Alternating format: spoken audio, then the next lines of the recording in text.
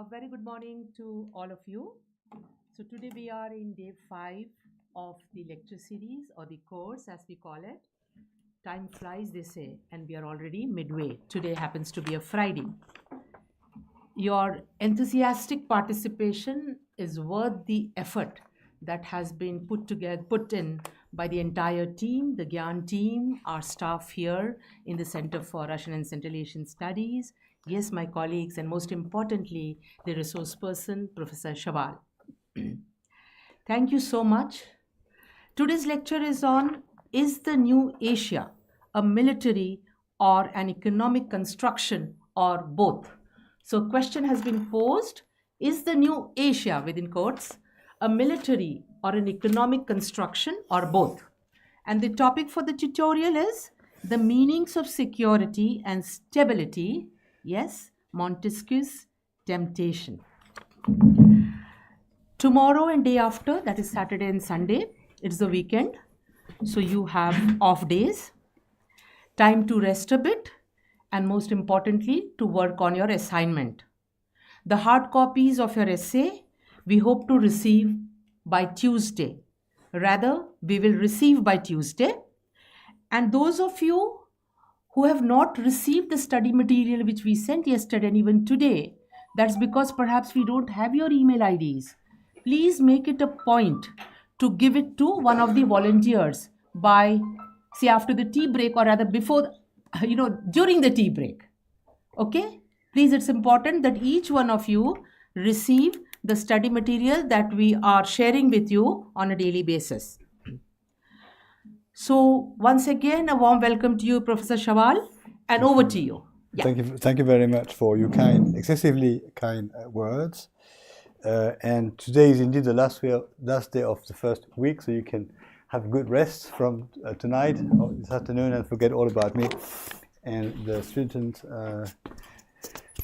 dynamism of these 2 weeks. So we are picking up a topic which was indirectly touched upon yesterday, which is the military aspects of any regional construction, whether the military aspect is the dominant one for a military organization or the indirect offspring of a security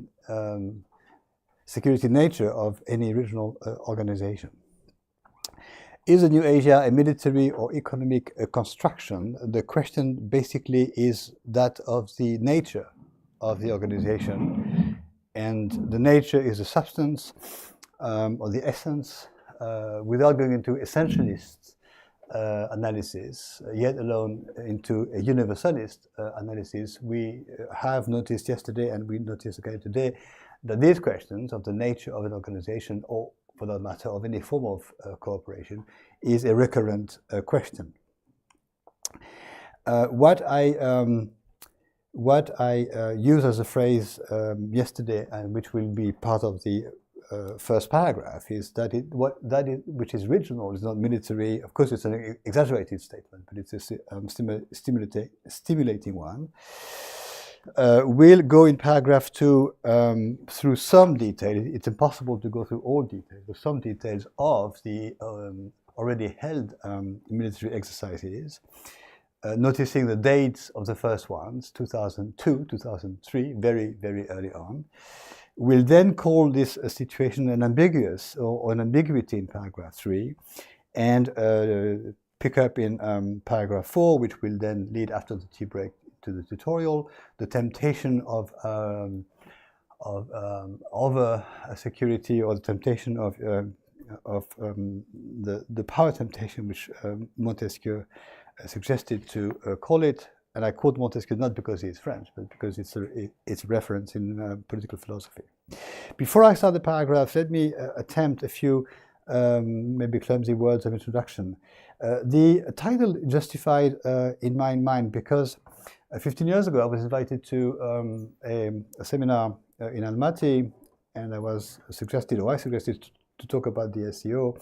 And I noticed that the program officially sort of focused on the economic form of cooperation provided for by the SEO. And I realized that to call the main essence of the SCO an economic cooperation was already an interpretation of the founding charter or the founding Shanghai Group activities. The original substance matter is border negotiations.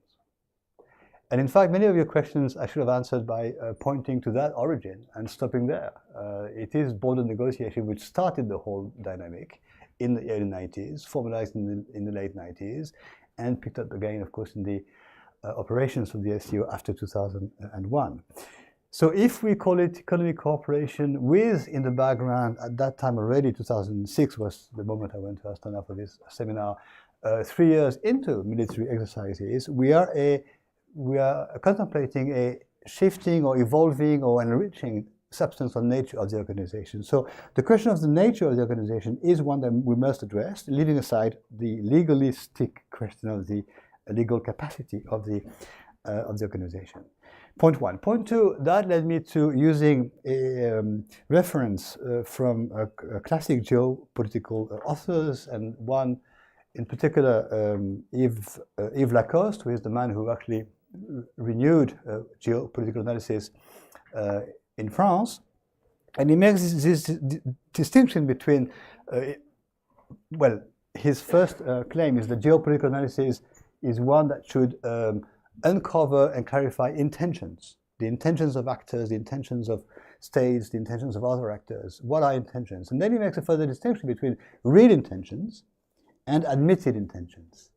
The second one being, of course, easier to uncover. The admitted intentions are part of the ways in which actors justify their actions, speeches, declarations, public statements. These are the admitted intentions. But the real intentions, of course, are more difficult to uncover because they are part of the secret strategy of many actors. And yet, if we are able to uncover the real intentions of actors,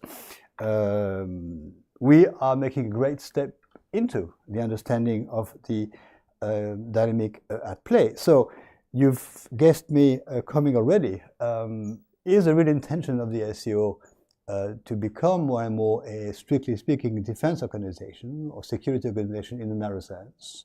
Or is this only one aspect of its activities and the main substance is economic cooperation? I have the answer in my mind to some extent, but not the full answer to that question. So what is the real intentions of the SCO creators and the SCO activators is the substance matter of this chapter. And my tentative answer in the end of the introduction, which must be picked up in the conclusion, is the following one. I think in reality we are looking at an organization or a spirit or a process beyond the strictly speaking organization, which consists of two aspects. And the Shanghai processes both aspects at the same time. There is indeed a more and more prominent economic program that is suggested and adopted and followed.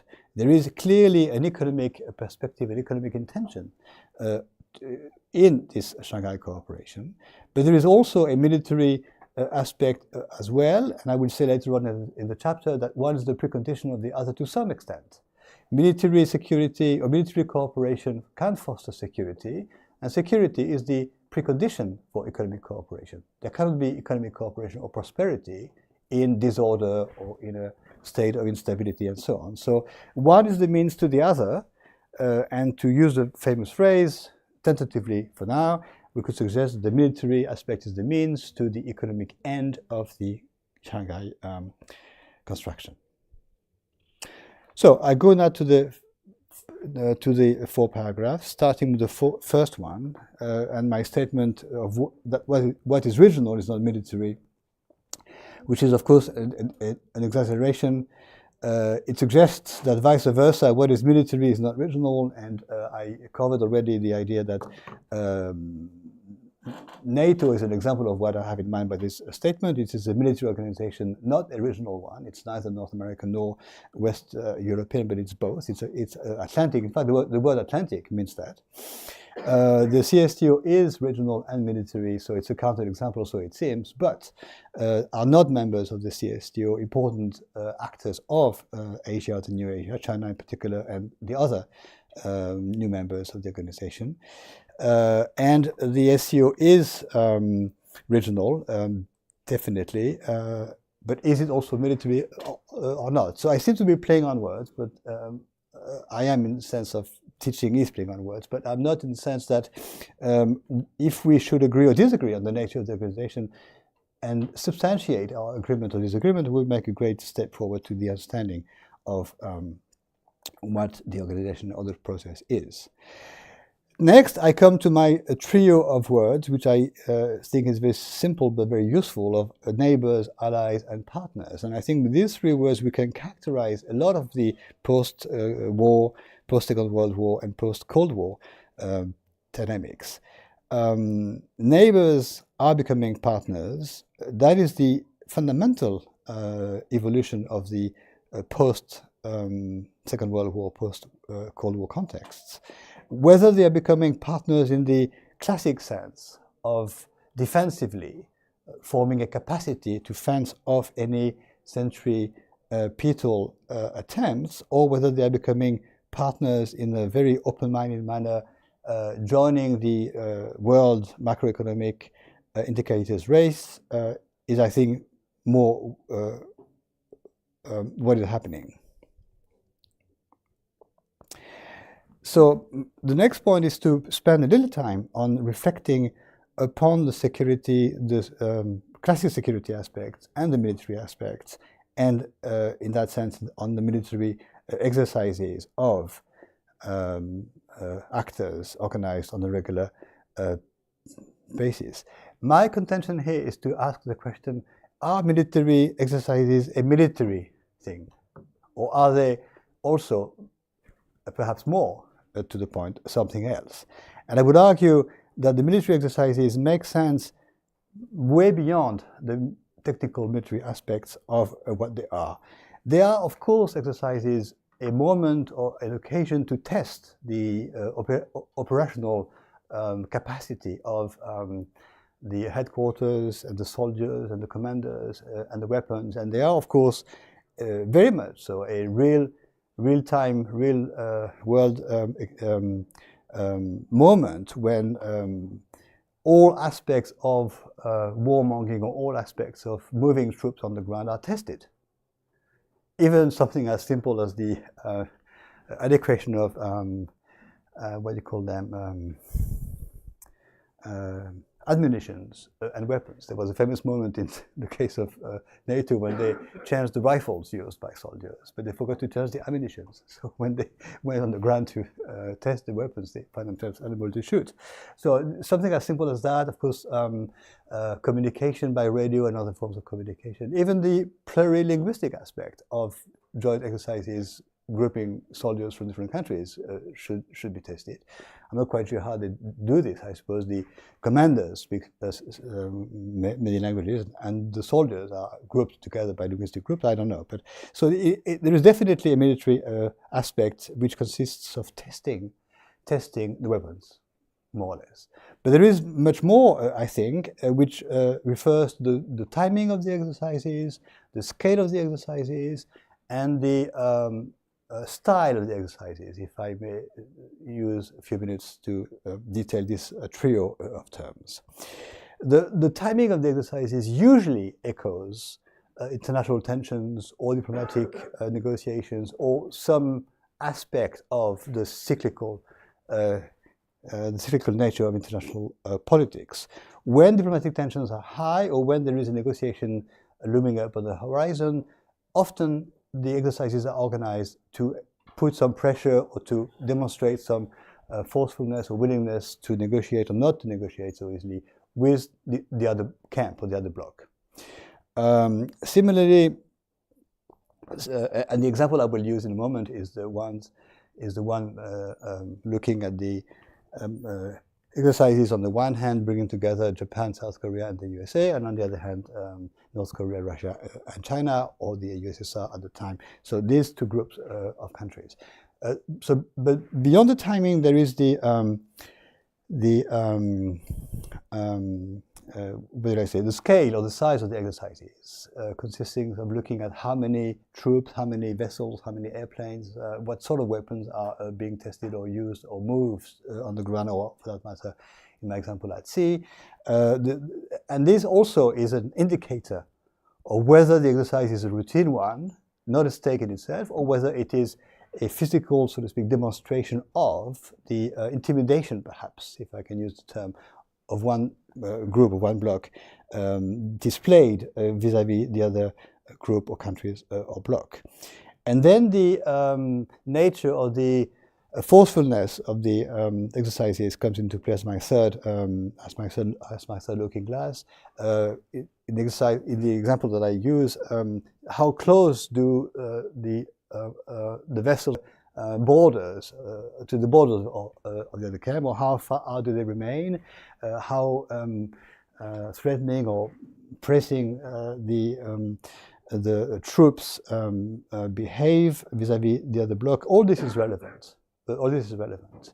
And so we come to the idea, which is the one I present to you, that military exercises are in fact an accompaniment, or they are a background to international political or diplomatic negotiations. So in my example, every time there was, during the Cold War, a peak of tension between East and West, you'd see the maneuvers, the exercises organized by the South Koreans, Japanese, and Americans be larger in scale, more frequent, and bringing the forces nearer the international waters of the other countries, and vice versa. It was almost a, not automatic, but almost a very visible correspondence between tensions and exercises. And the same can be noticed in every part of the world where allies, military allies, conduct exercises regularly in order to echo or press or somehow intervene and perhaps to some extent jeopardize diplomatic negotiations or diplomatic meetings and encounters.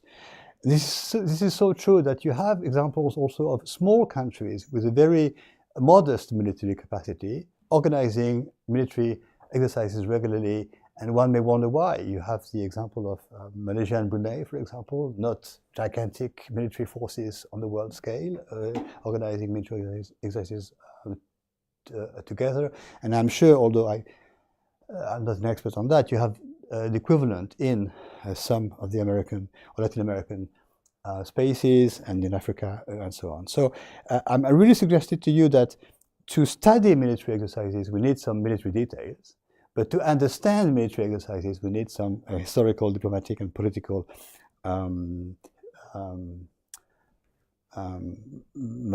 material.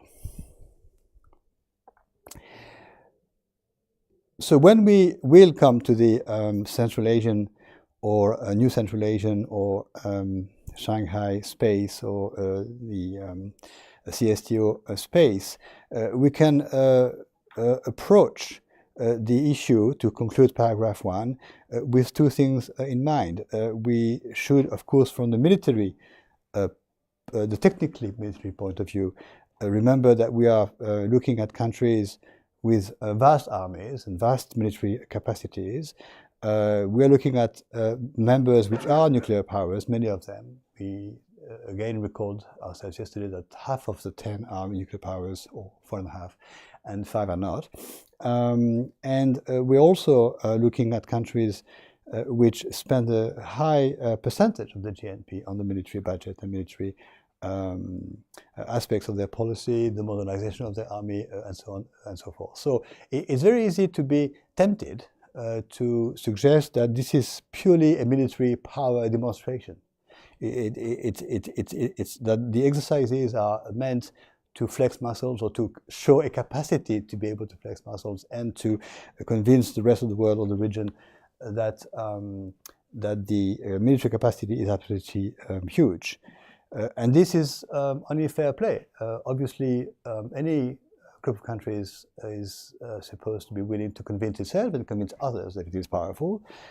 Perhaps there is something of a message emitted by the member states to the observers and dialogue partners, and so on and so forth. But my interpretation will be focusing more on the interpretation of the exercises. And we move now to paragraph 2, entitled But the SCO innovates in Pan-Asia or new Pan-Asia exercises. I use the word exercises, I hope. I did, yes, because the French word is different and sometimes we get it wrong. And so we are going to look at some tables, not immediately. I still can't get over the luck I have to have you with me. It's I will never leave this place. No, but let me insist on the title of the paragraph.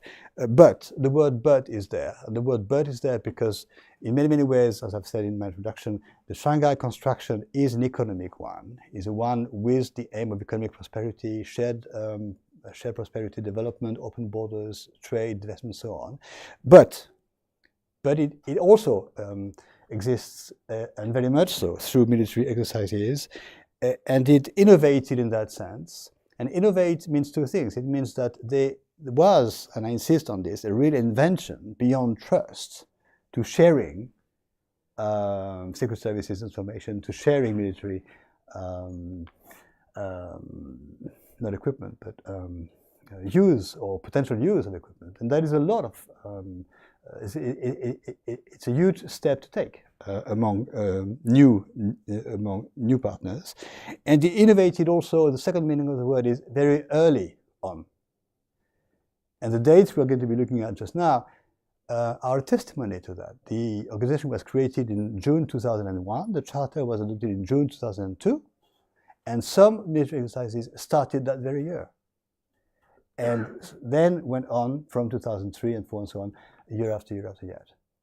And not only that, but in parallel to the SCO military exercises, started the same year, 2003, the CSTO military exercises. Now the membership is not the same, of course. The main difference is that China is part of one organization, not part of the other organization. But the fact that the two organizations picked up this military exercising activity is, I think, very revealing. Now this is the CSTO2. The CSTO1 is formed in the early 90s, as you know, and exists in its own right, but goes through, in the early 2000s, through a process of enlargement, welcoming more members, and also through a process of these military exercises. So there are a number of documents which can be used. What I'm going to do first is to quote documents that you might look at, which contain qualitative analysis of the question, and then we'll tentatively look at some tables, not in full details, but to give you an idea of the almost whirlwind, the effervescence of these military organizations. Now, two names come to mind as people who have written on the issue. One is Marcel de Haas, first name Marcel, de Haas, first name, a Flemish or Dutch name. There is a text published in 2007 called the Peace Mission 2007 Exercises. The Shanghai Cooperation Organization advances. Incidentally, we notice that they have named these exercises first peace missions, which sounds very nice. Who can be against peace? No one. And then the other name that was given, sometimes to joint exercises. Already joint exercises between the SCO and the CSTO, the name of anti-terror missions, or anti-terror exercises, the fight against terrorism becoming, after 2001, a dominant issue, being fueled into or merged with the military aspects of the anti-terrorist fight. There's more than a military way to fight against terrorism, but there is one too. So it is a document that I really encourage you to look at, which does contain an annex on a number of so-called military exercises, but which gives an interpretation of them. It's in English, therefore it's compulsory reading. The second document is 2016 by the same Marcel Dehaze, called War Games of the Shanghai Cooperation Organization and of the Collective Security Treaty Organization, subtitled Drills on the Move, to make it interesting. And war games, of course, is an expression which is not really useful to use. They're not war games. They're not games. They are real life military aspects of what I call the more broader perspective. The affirmation of a space. Does the word affirmation make sense in English? To affirm oneself, or to assert oneself, or and so on. So already you have a number of details and interpretations in the document, which is the 2016 article. You have other documents which seem to be country-based. I'm sorry, but they are not. But they give an idea of the political dimension of these exercises beyond the military one. In 2012, the Eurasia Daily Monitor published a paper called China Leads SCO Peace Mission 2012 in Central Asia. And so what is interesting in this title for me is leads, China leads. It doesn't matter whether one country leads. If they are joint military exercises, that's what makes them relevant. Leads, it could be China or Russia or any other country, India or Kazakhstan, it could be any country, but leading is, of course, a journalist sort of term. Leads Peace Mission 2012 in Central Asia. And in Central Asia, if we mean by that the 5 or the 4 states or countries concerned, it means that moves Chinese troops have exercised in those territories, which is presumably for any neighbor army to send soldiers, even under the umbrella of a military exercise. It was a very delicate thing. And in 2014, an article by journalists, again, is called China Hosts SCO's Largest Ever Military Drills. China, again, hosts, meaning on its territory, SCO's largest ever military drills. And so what caught my attention is the words largest ever. Vouch for it being the largest ever. It might be a large one, it might be a larger one, but it could never be called the largest one, because there is a future in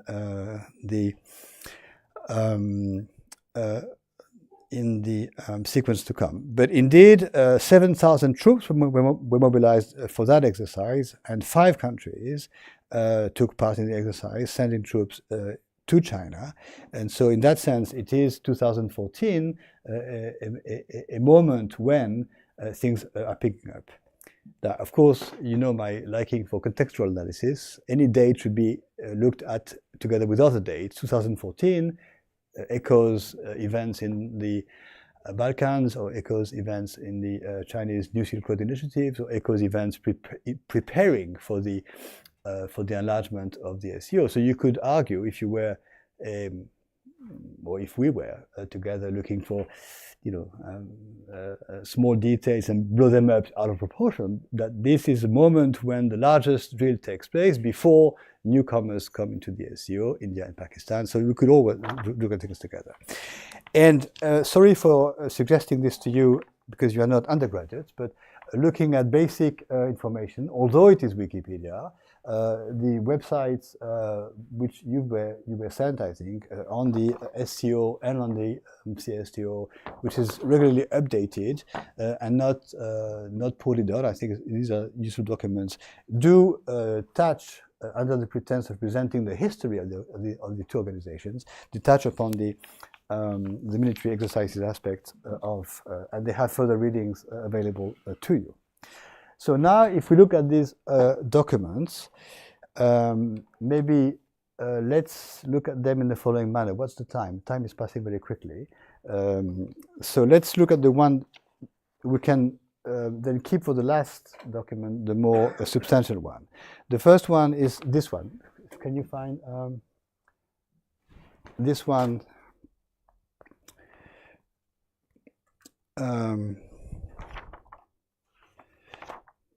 Or maybe we'll start. No, we'll start with this one. Maybe because time is going to be short. In the 2016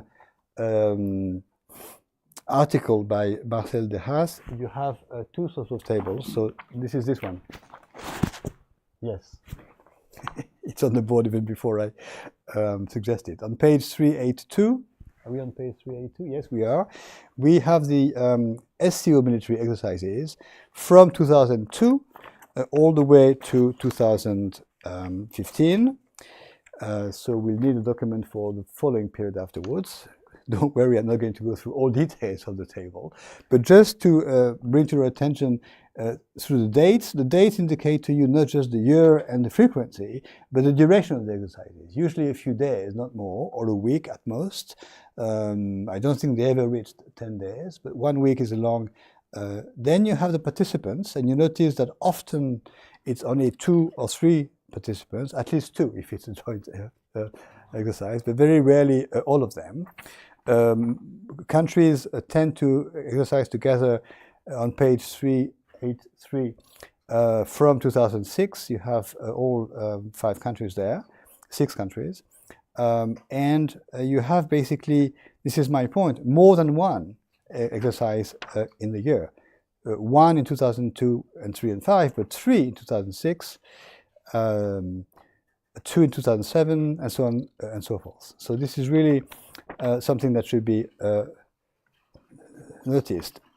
Next, you could look at the location of the exercise, where they take place, how far they take place from the joint borders, always a little further from Uzbekistan, sometimes close to the common Chinese, Russian, Chinese, Kazakh, Chinese, Kyrgyz-Tajik borders, but sometimes they take place very far, in Vladivostok, which is far for everyone, or in the Xinjiang region, which is more of a border area, and also they have a name, and the name is interesting because sometimes it is either peace mission or anti-terror mission, as I said. Sometimes there is something else, mobilizing geography.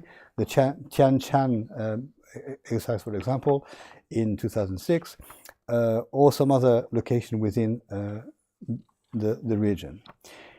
And so we are looking at exercises which become systematic, which becomes full scale, and which become more and more frequent, although of course the number doesn't exceed often 2 or 3 in 1 year.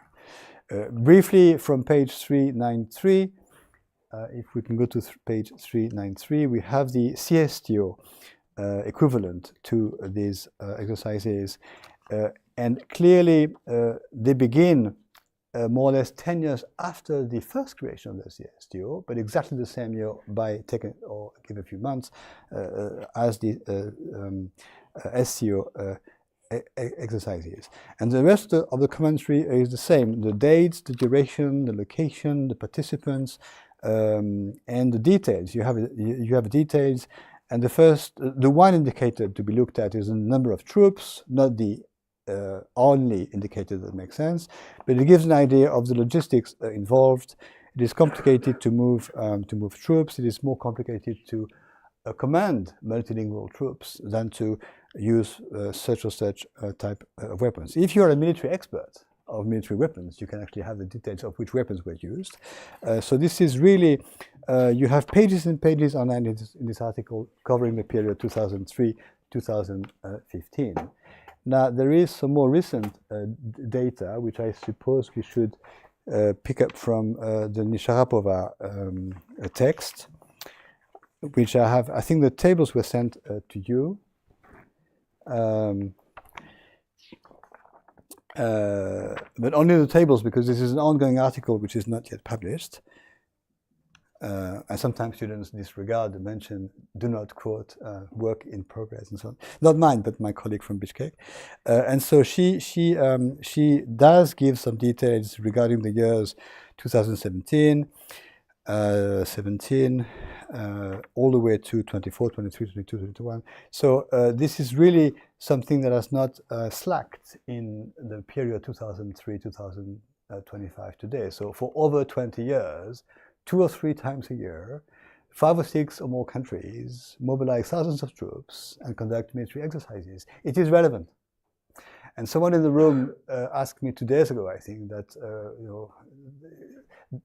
as we say in French, it's not tomorrow, that the troops of India or Pakistan will cross borders and maneuver.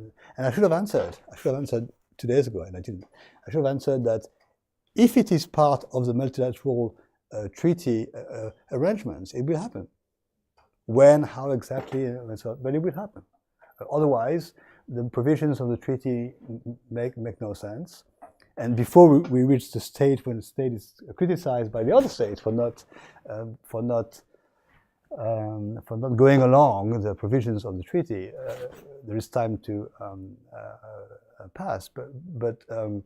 And I should also have answered, and I will do today before I forget, that any organization contains provisions which some members are not happy to comply with.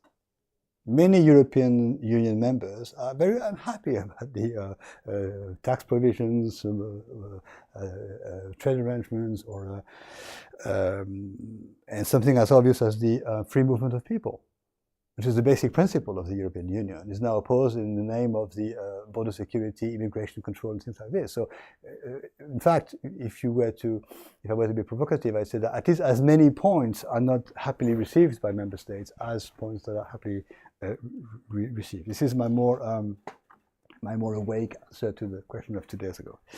So there are a number of other documents which we will not use so much. But maybe this one, if you can find it on your, it's on the board before I ask for it, of course, yes, which gives, which is from the title of it. The title again looks at the two organizations together and the way in which they organize maneuvers. By the way, this is a student essay. I've crossed the name out, but this is a student essay, so I'm very comfortable with using bright students' work, and I'm not someone who thinks that the competence comes with the title only.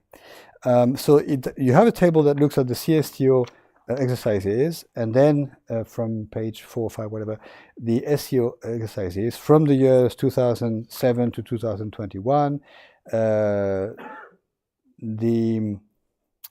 The ranking is a bit strange. It's not in order of dates, but that doesn't matter. But it is a more simple table to look at, and you have the key information: which organization, the participants, the host country, the number of troops, and the scenario, meaning the rationale for which the exercise is organized. So if you go to the first top table, you see, for example, the rationale called the scenario is armed groups in mountains, armed group in Ural Mountains region, terrorist groups in Caucasus. So it is very operational purpose pursued by the exercise. And if you go to the other table, the next one for the SEO, to finish off this paragraph very quickly, you see that sometimes the host country is two countries. And that makes it, this is the case in 2007, Russia and China together, the case in 2003, Kazakhstan, China. So there are complex things to organize. If you look at the scale of the terrorists concerned, it's thousands of kilometers, at least several hundreds of kilometers, which are covered by the movement of troops. But back to the point that it's not easy for armies to cooperate when they haven't been used to. For the anecdote, of course, there was a moment when, as I said, without quoting the countries, one country said, we agreed to participate in the exercises, but soldiers from country A, we are country B, the exercise taking place in country C will not cross our territory. So soldiers from country A going to country C had to bypass country B, which was in the middle, and therefore hundreds of kilometers more were necessary for those troops to travel. So these things are part of the human and diplomatic nature, but we are looking at, again, a trend and a certain direction in which these organizations are going. And so when we call them security organization, we mean something which is a proper term, but they are both aiming at economic security and at classic security. But paragraph 3 and paragraph 4 now should be covered on time. So there is an ambiguity. There is an ambiguity in what security means. in what the nature of security is, and indeed what a security organization is. My introduction to paragraph 3 is a question. Is this ambiguity haphazard, or is this ambiguity purposeful? Is it an ambiguity which is nurtured and injected into the process to open up for different forms of interpretations? And I think this is what I have in mind. It is not ambiguity because diplomats or state leaders or the drafters of the treaty are not competent. It's an ambiguity because, first of all, they don't want to commit to something too specific, and they also want to leave the door open for evolution.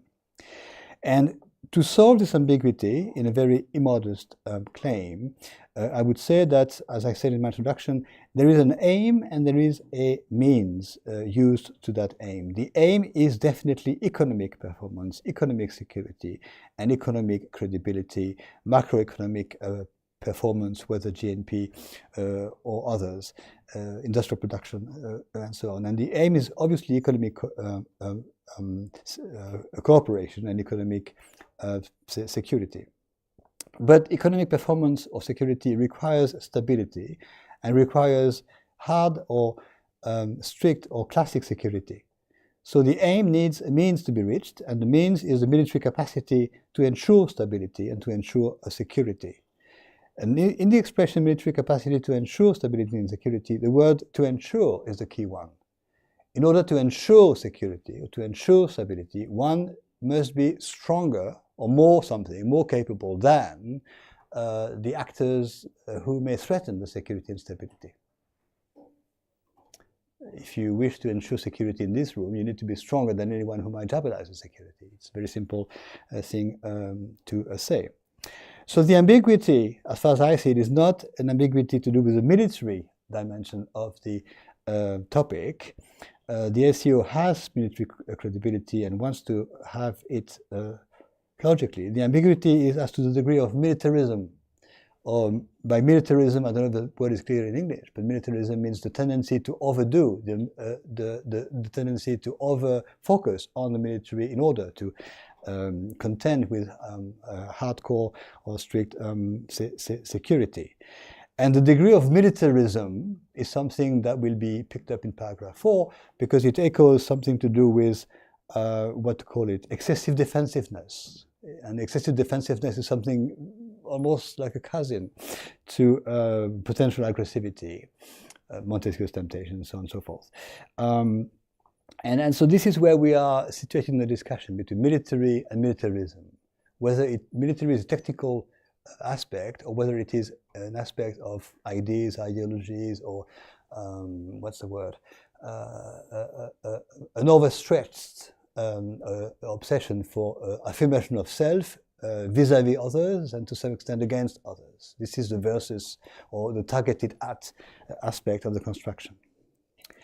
The ambiguity, if there is one, is not in the official doctrine of the organizations, but in the real intentions pursued by perhaps some leaders or some groups. And this becomes something probably complex to study because ideas or programs or ideologies also change with governments. So they are not as fixed in the marble, as we say in French, as the Charter or the founding treaty.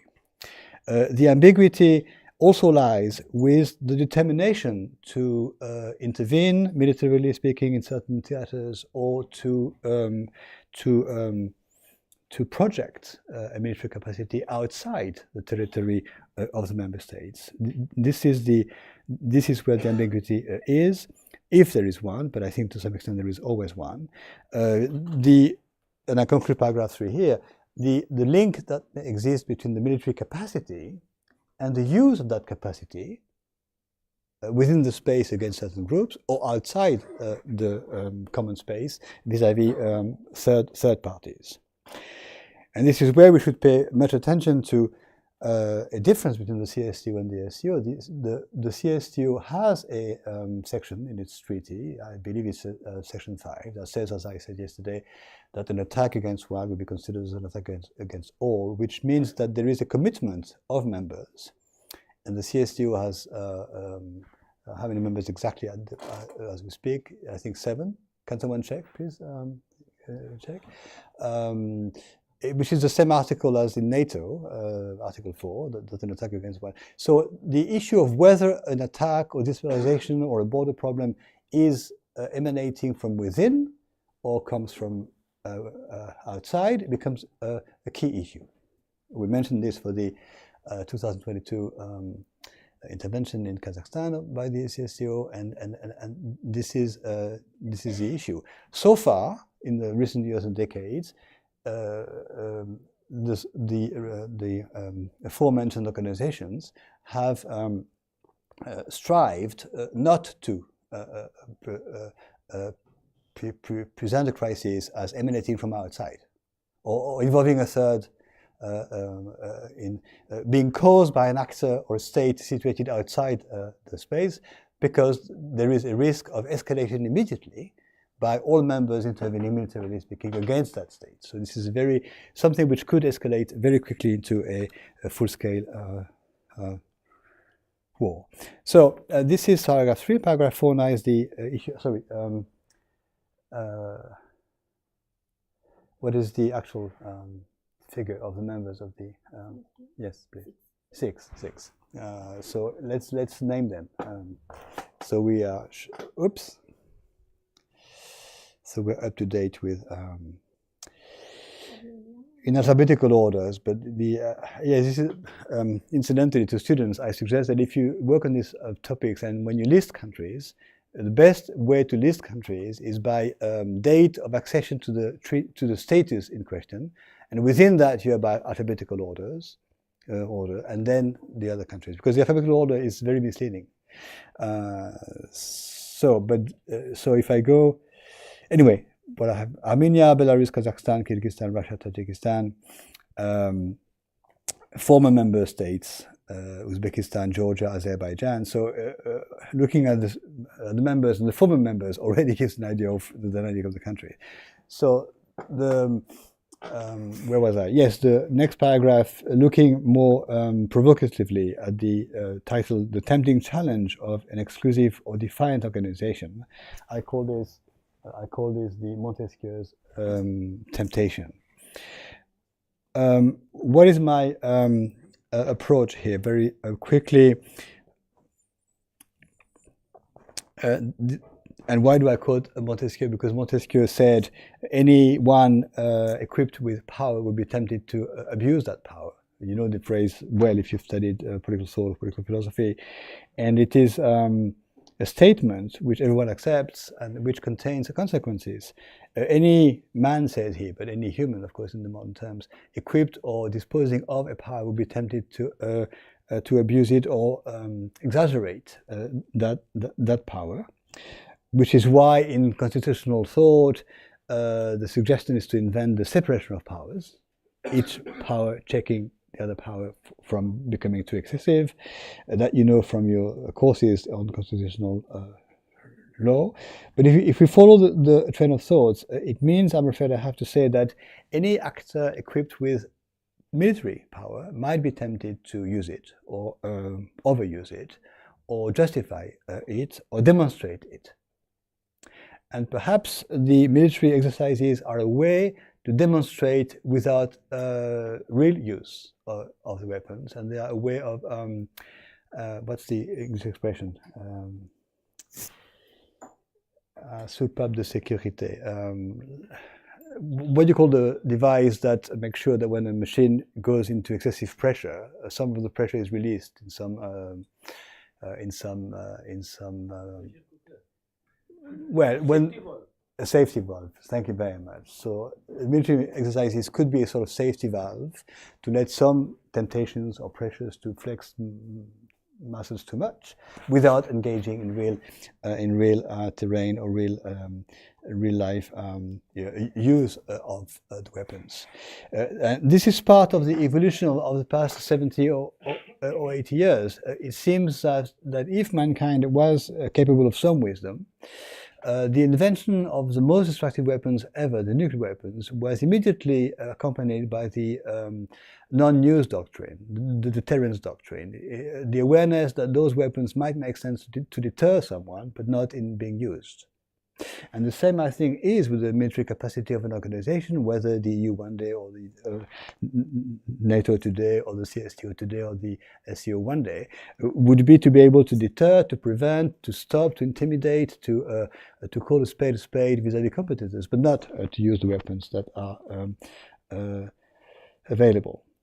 Why? Because the present state of these issues are is basically one where the destructive capacity is already such that any use of the weapons would be a disastrous news, both for the user and for the attacked.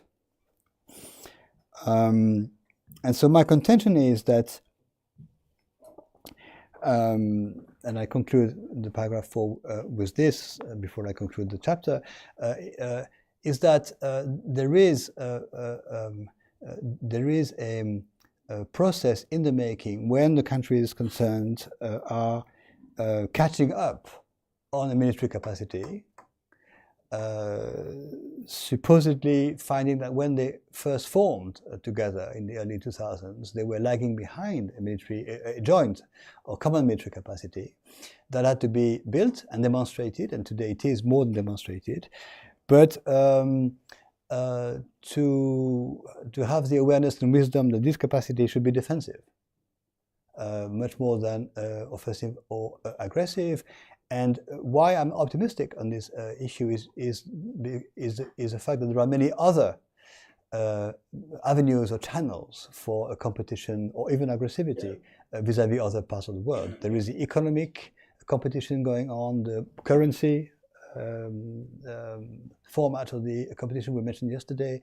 There is, of course, the grey matter, as we call it in French, the smart power, or the intelligence, or the educational, or the industrial discoveries.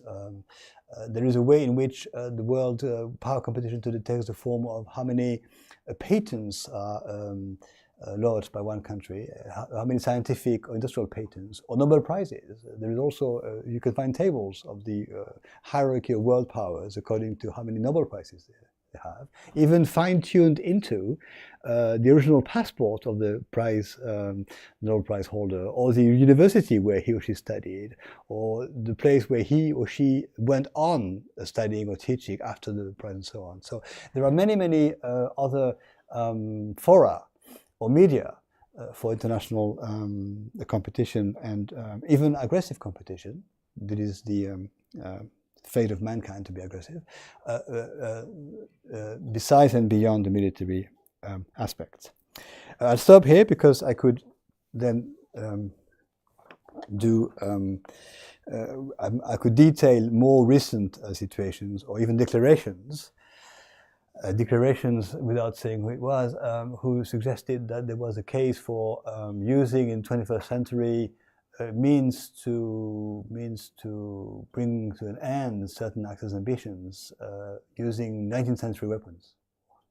And it's a phrase that seems to me not only anachronic, but to suggest that the answer to the military instability should be military, I think is outdated.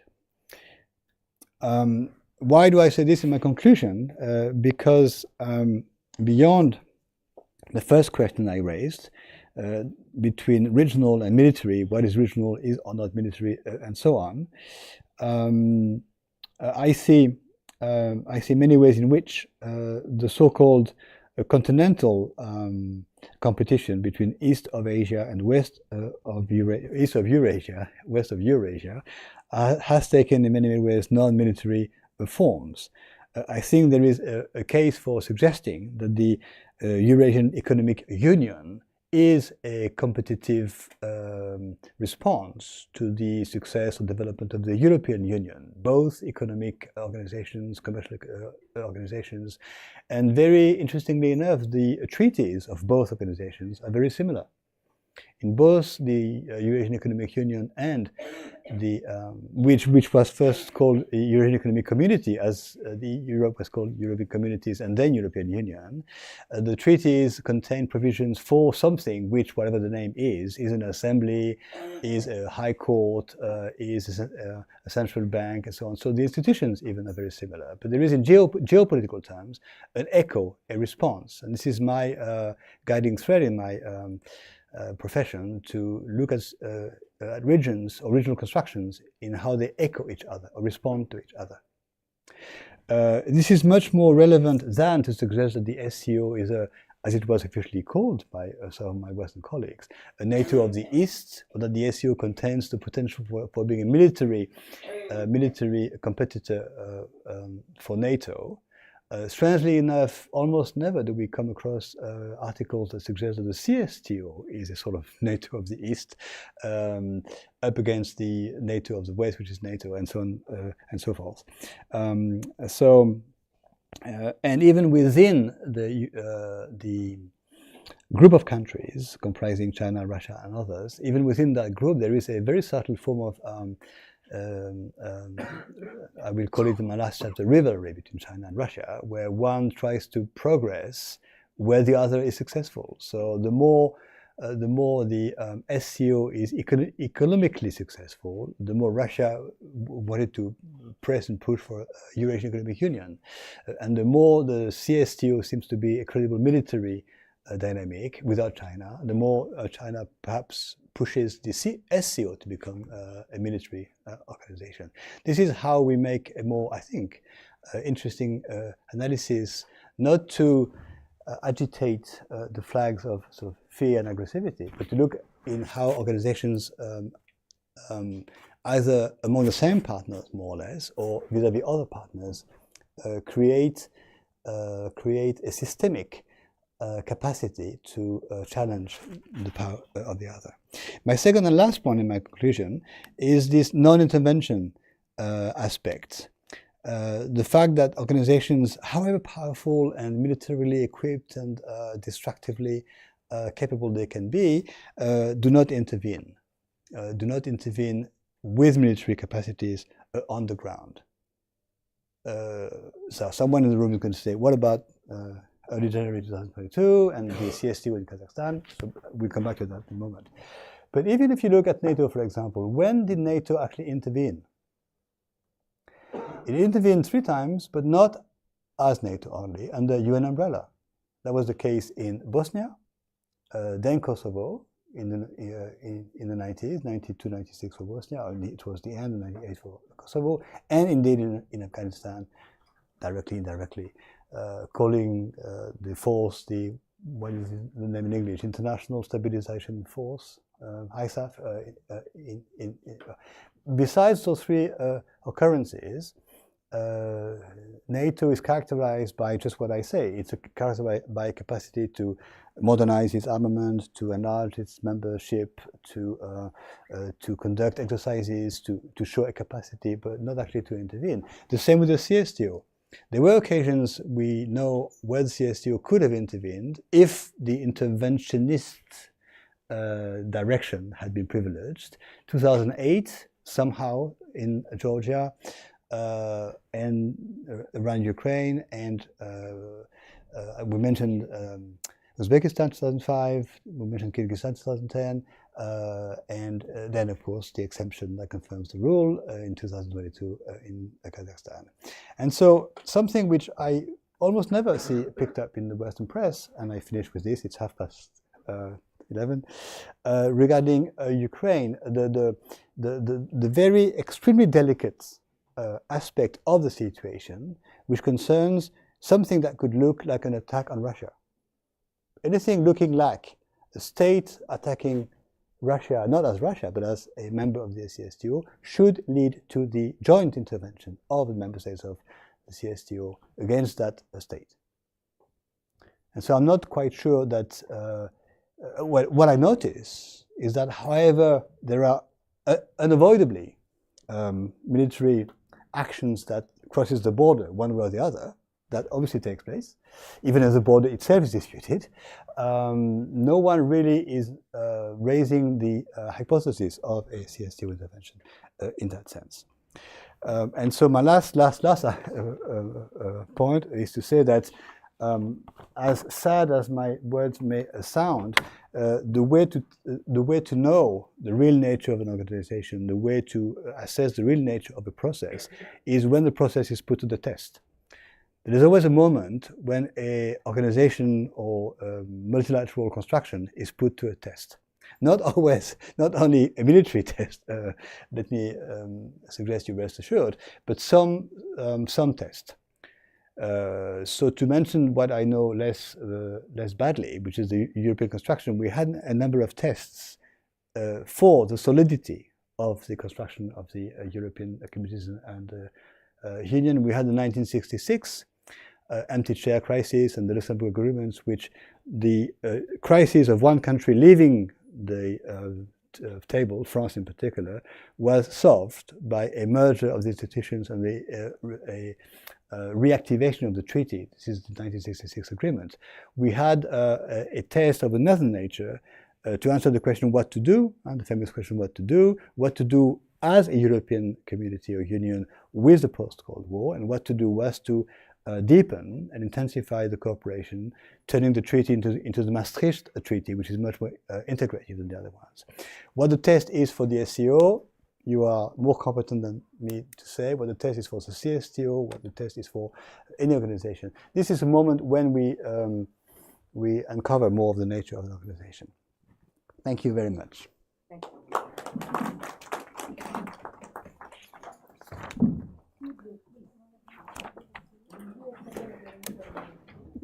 You're the best. Sir, I don't have these documents. Please, yes, because I said to you they were less relevant because they concern one country.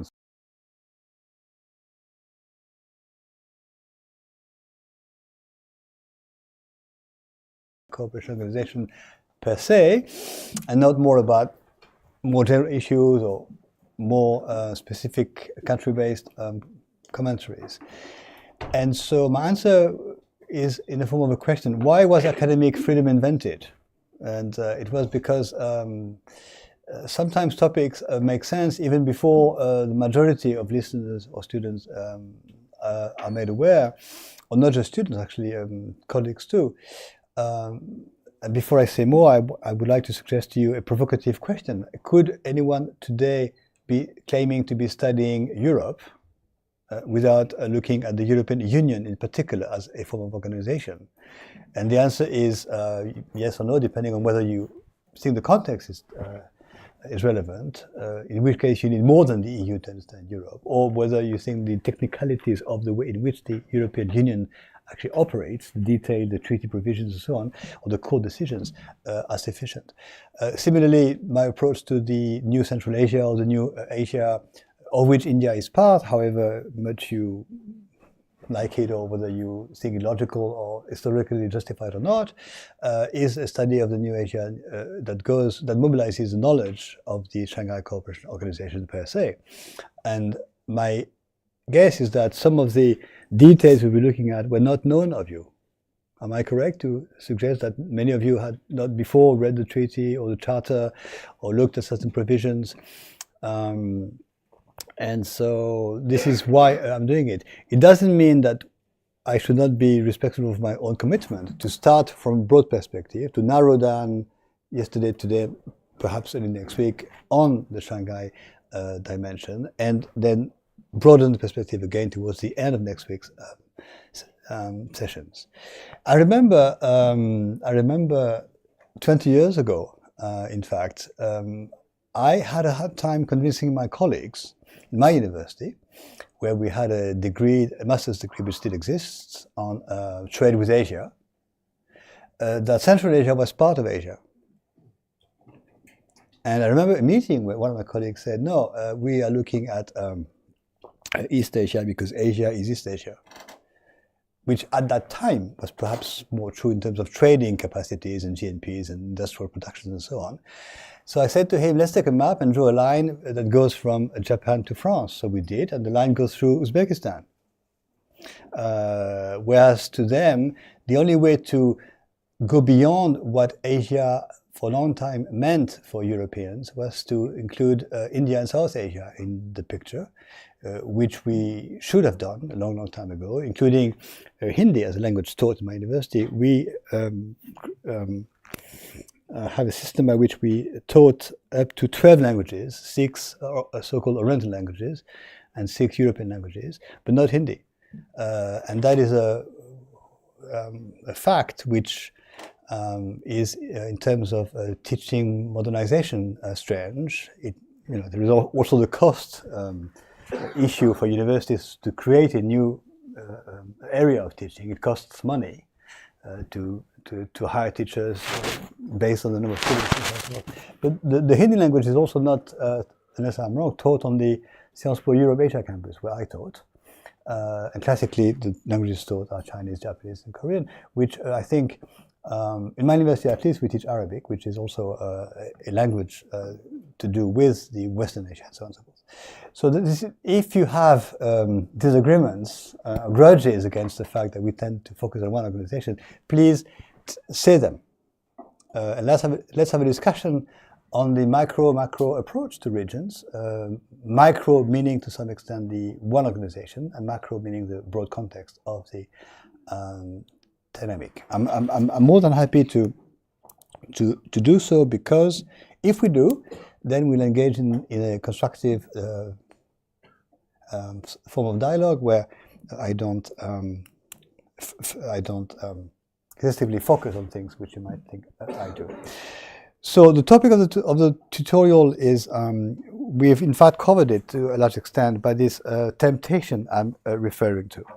I used the words ambiguity in my talk this morning, the word temptation, the word real intentions, the word ultimate motives, so to speak. And so the topic is in fact security. What we call security, and I'd like your questions to focus on this.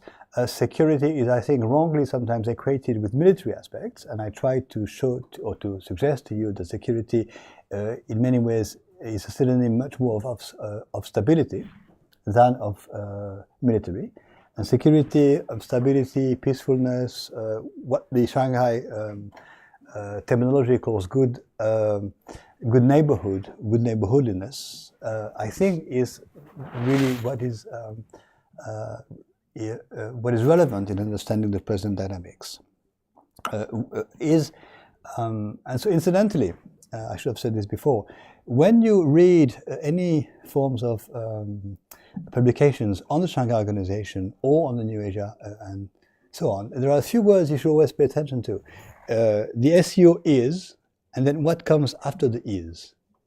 The SEO is a regional security organization, or sometimes it is a political military form of cooperation, or it is a China-created organization, in so on and so forth. And these words vary to the point where we have tens or dozens of chains of words claiming to characterize or even define what the organization is.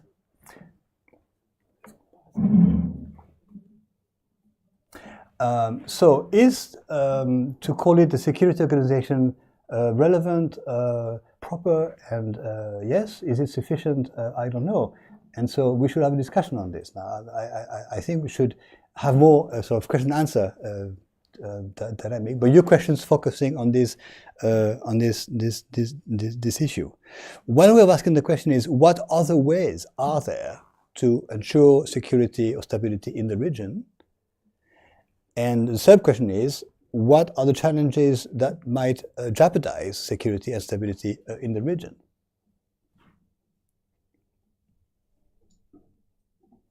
In some ways, the Cold War format was a very stabilized one. The post-Cold War format is a very flexible, open, and not unstable necessarily, but uncertain context. So if we agree that the challenges to stability and security was in the early 90s a scenario of continuation of the past, then we agreed that the security and stabilization was produced by a total invention, a rupture from the past, by creating something new that had, back to my definition, can you put it on the whiteboard, my definition of the region, not hitherto existed in history. And these words, something or a format of population that has not hitherto existed in history, only 3 words, very simple words, are extremely ambitious words, but they are not untrue. A format of coexistence, of neighborhood that has not in the past ever existed in that situation. So your region, you know more than I do, but my claim is that to understand the relevance of the Organization of Shanghai, or the relevance of what I call the New Central Asia, or anyway the new word, the word new, is to go back in history and say, has there at any time in history existed something that resembled good neighborhoodness, peaceful cross-border situations in this region? So that's, and the answer is yes. So this definition, I like it very much, not because it's mine, those are past ego problems, but because it contains a synthesis or a summary of considerations which make sense and which may be applied to any region in the world. So I should be showing this to experts of Latin America, Southeast Asia, West Africa, and so on, to see if they agree or disagree. But I think it is broad enough to encompass a number of differences, but specific enough in its terminology to be the basis for a discussion. So I'm departing from the words on the program. Montesquieu's temptation is, as I said, once someone has power or military power, the temptation to overuse it. I prefer to overuse it than to abuse it. That's one question. But let's go back to my more general question. Looking back in history, has there been a moment, or have there been moments when the present situation of how countries mentioned interacted was comparable? Now, of course, if we have in the room historians going back to hundreds of years or thousands of years, I'd be happy to have their views, back to the Persian Empire, back to the 4,000 or 5,000 years original civilizations. But even if we go more modestly to the past few centuries, have we had a similar situation? And I suppose we should go back 200 years. That's enough material. And the answer is, I think, no. Have there been relations between, for example, China and Russia in the past compared to what they are today? And the answer is probably no. How should you date back the relations India has with Russia? Should it go back 100 years, 50 years, or in the present state of intense forms of exchanges and sort of views? Certainly for Central Asia, which is the substance matter of the course, what is happening since the last 30 years is entirely new. Those actors as states existed in many ways until the colonization and Sovietization. Then they disappeared in the sense that I used the word, and then they reappeared. But as they reappeared as different entities. We mentioned the composition of the populations, which has been altered over the course of the 20th century, and they certainly reappeared as new actors with modern concepts of sovereignty, modern concepts of borders, modern concepts of industrial and economic and trading organizations, modern contexts of energy use. I mean, the energy resources that they have made little sense before the 20th century, because at that time, what those resources are, oil and gas and uranium, were not used for energy in the world anyway. Oil has made the Middle East prominent in the way it is because oil was discovered, or rediscovered, as the key resource for energy. So I'd like you to challenge me, or I'd like us to have a discussion as to the newness aspect. What is new and what is not new, or what is not so new in the way those countries interact. My contention is to say not everything is new, but More is new than the continuation of the past. Questions, please? Yes. Sir, thank you very much for this enlightening lecture. To be very honest, the first day when you were using this term New Asia or a kind of integration or some kind of form, I was not very convinced. But today, after seeing all your the facts, which actually the military exercises and the duality that you are talking about with the economic aspect and the military aspect. So I have started now convincing for the new idea of the New Asia or the New Central Asia. So this is the first comment. I mean, not only comment, but my acceptance that actually I have started convincing with your idea actually. Second thing is regarding history. I mean, if we can consider this Silk Route or the connectivity of, from the Indian side, the travel of religion, especially from Buddhism, travel through Silk Route, and then these interconnections actually, or these, we can found in the history, but that's it's an entirely different context.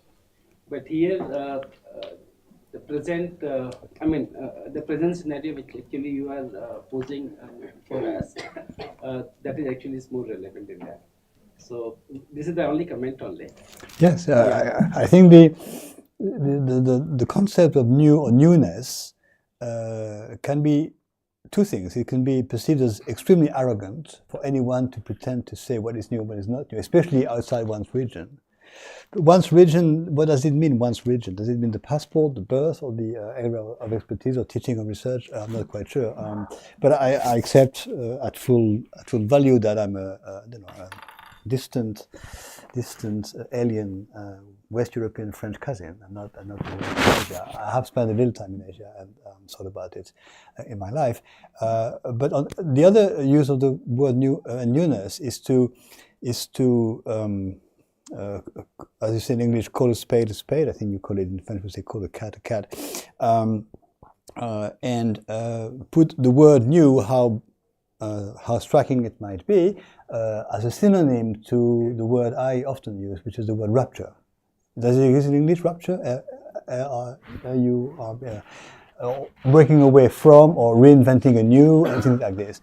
And there are, and I stick to the concept of historical rupture. That is to say, invention of something new or reorganizing ways of interacting which have not hitherto existed in history. And so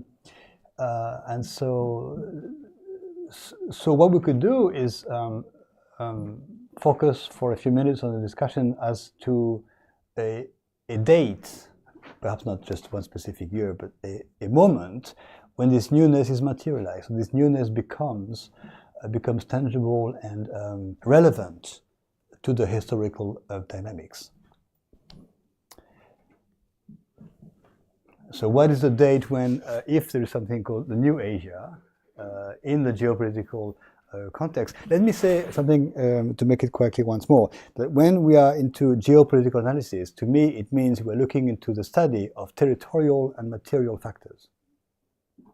Space, borders, movements, resources, populations, demography, something as simple as population to space ratio, population to resources ratio, something very classic, should also be taken into context.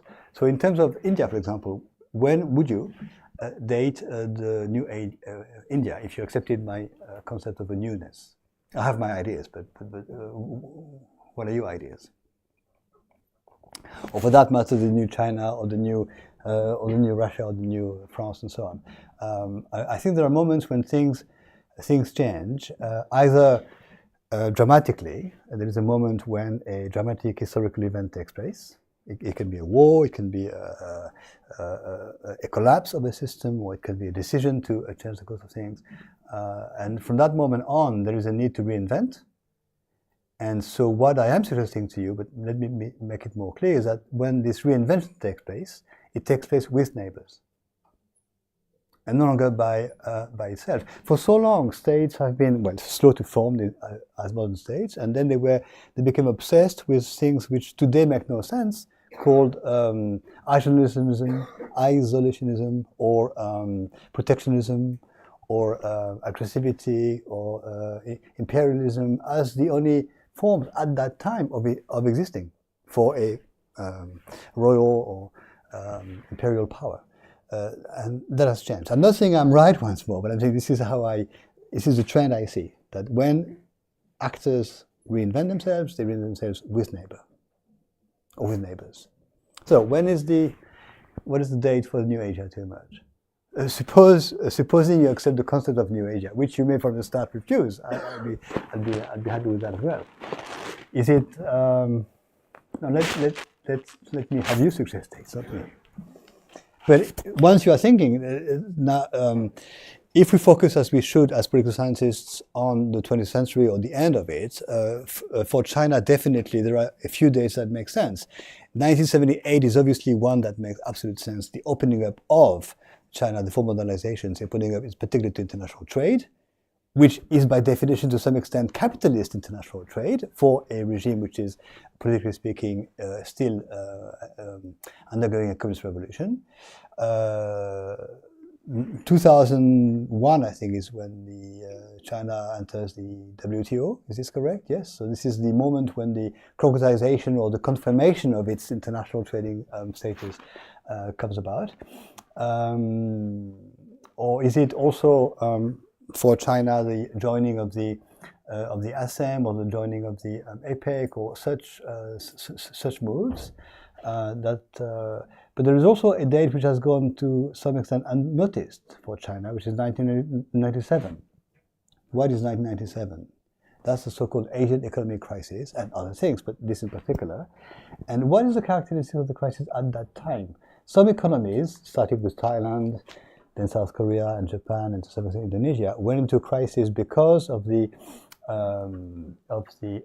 economic factor. My colleague here is more prominently knowledgeable, where the demand or the offer exceeded the demand, the currencies collapsed, the fact that firms had borrowed vast amounts of money in foreign currencies caused them to be unable to reimburse, the national currency dropped to almost nothing, and so on and so forth. In that situation, the only thing that could keep those countries from total collapse is the capacity to maintain their exporting capacities. So if the currency of the country dropped, exports became cheaper for outside actors, and so they could maintain for some time a capacity to export, bring in revenue, and salvage themselves from total bankruptcy, and so on and so forth. But those countries, Thailand, South Korea, and Japan, and Indonesia, were exporting products, some of them being the same products as China exported. Because by that time, China had become a more advanced and more developed economy. So if China had decided to also devaluate the currency, to decrease the price of exports, that would have been an extra direct competitive blow to the economies of Thailand, South Korea, Japan, and Indonesia, in particular Japan and South Korea. Now, in geohistorical terms, in geopolitical terms, would China like to win over the competition in that sense against Japan? In many, many ways, yes. But China did not devaluate. And this is remarkable, I think, to be noticed also because China was at that time under criticism by others that the Chinese currency was over-evaluated and therefore should have been devaluated to some extent. In any case, yes, you were going to say something, no? No. The concept of currency war which happens otherwise. Yes. The concept of? Currency war. The currency war. So, yes. China did not do it that way. So these are the facts. Now, my interpretation of that is that China privileged some aspect of solidarity with the neighbors over China's national selfish interest, which we to be one step ahead even more in the world competition for macroeconomic dominance. So privileging the regionality or the relations with neighbors over the national selfish interest, as the realists call it, is, I think, an element of regionalization of China. That's my reasoning. I don't know if it's clear, but this is, so 1997 is an important moment when China does this. In the context of, always the context, in the context of 1995 and 6, three things happened. The resumption of French nuclear tests in the Pacific, the creation of ASEM, Asia-Europe Summit, the Shanghai 5, and indeed the ASEAN Plus. The ASEAN Plus Forum formed in 1997. So there are contextual elements which also come into the picture. So the new Asia, to me, is 1997. In addition to 1978, in addition to, of course, the other dates which people say. But I'm struck, for example, that sometimes people say that the new China is 1911, 1949, and 1991. But this is not. These dates are relevant, but other dates are also relevant as well. And we could also mention 2 dates that make sense for the Japan-China relations. So have you thought about the new India, or am I asking a question which is difficult because it touches upon the self? The new Russia, I don't know what we could suggest the new Russia is. Is it 1990, 1991, 2000? Yes, obviously it is, because events which happened on those dates. But the new Russia, I think, is, in terms of context, a moment in the 2000s when the cyclical curve of the oil prices changed, and certainly Russia, because of higher oil prices, again into the 2000s, gained more revenue to finance its. 2007 and 8. Yes, Yeah. yes. So the revenue deficit, which did characterize Russia for some time after the Cold War, was remedied in that sense. So Russia was able to finance a number of policies in a better way. But the new Russia, to me, is connected to invention and reinvention of regional organizations. The way in which the CIS, which in many ways could be suggested to be a forum for managing the end of something, for managing the end of the Soviet period or the end of the federal system, turned into a capacity to create within or as offsprings of the CIS the Eurasian Economic Community, or that sort of project, and the Collective Security Treaty Organization already in the 90s. So that's the new Russia, inventing with neighbors some organizations, and the member states of those organizations are all not 100% of them, but some of the former 14 Soviet republics. So that is the new Russia. Plus the other dates that make sense to me are the dates connected to what we've been looking at, the creation of the SCO, the relaunch of the CSTO, and all the other dates which I have mentioned to you before, which some of you think are too narrowly focused on the Shanghai Cooperation Organization. But let me provoke you in saying that if I were teaching this course on the new Europe, never mentioning the enlargements, never mentioning the treaties, never mentioning some of the provisions of the treaty, you'd be telling me that that I'm not teaching properly. If I focused on the European Council, on the European Free Trade Association, on the CSC or OSC, you'd be telling me that I'm mentioning things that are relevant but not sufficient. So the new China, the new Russia, the new India is coming up. The new Kazakhstan, the new Uzbekistan, and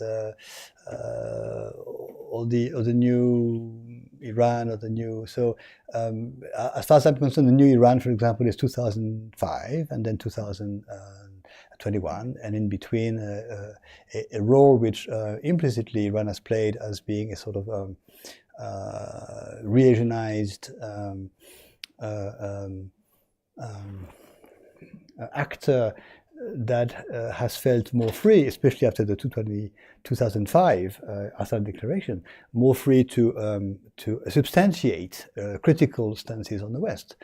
And the new Turkey, as far as I'm concerned, is 2012.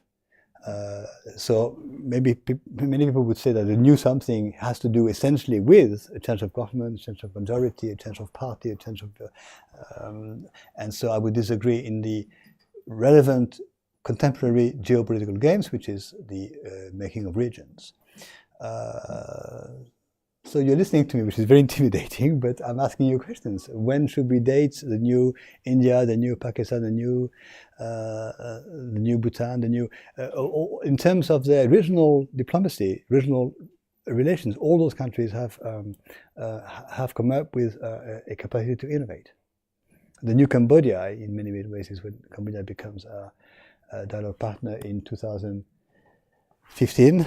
Yes. Let's just sort of, I get mixed up with all the dates, but so I'm not going to suggest answers to my question to you, because otherwise you'd come crushing on me. But if we Cambodia 2015 as dialogue partners, yes. So yes, over to you, as the phrase goes. On my question or any other point.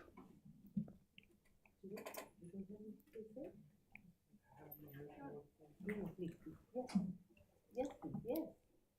Sir, actually you just said the internal politics and internal changes and upheaval doesn't matter in the external sphere, like in terms of defining regional calculations. But sir, I feel that as you were talking about the newness of this new Asia, so I feel it won't be possible until because Central Asia and this region is so like the internal dynamics are so vast that it will be very difficult to actually envision a new Asia in that sense, because if we take probably it will be like one taking the herd together, like the China taking the entire states together. So the gulf between these states, because of their internal dynamics, is so vast that it won't be possible to think about or envision about a united body to think about. So when you say internal dynamics, what do you mean? You mean party politics and elections and majorities, or do you mean national interests being predominant and sometimes incompatible with the neighbors? Central Asia and this area is so, it's like up and down.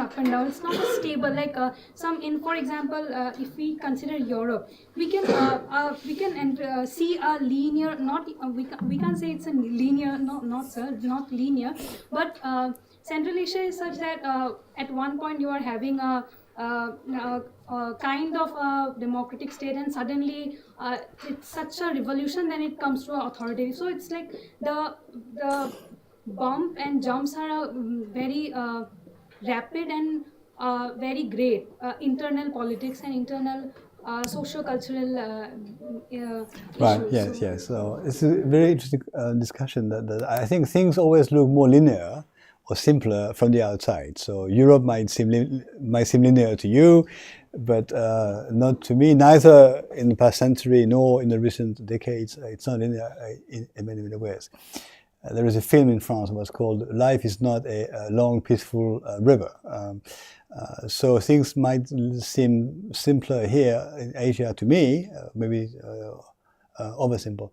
That's one point of answer to you. The other answer is that we are looking at international diplomatic evolutions, and diplomacies are characterized by two things. They are very, very slow to be constructed and specified and implemented, and once they are launched, so to speak, they are very slow to move, because what is diplomacy?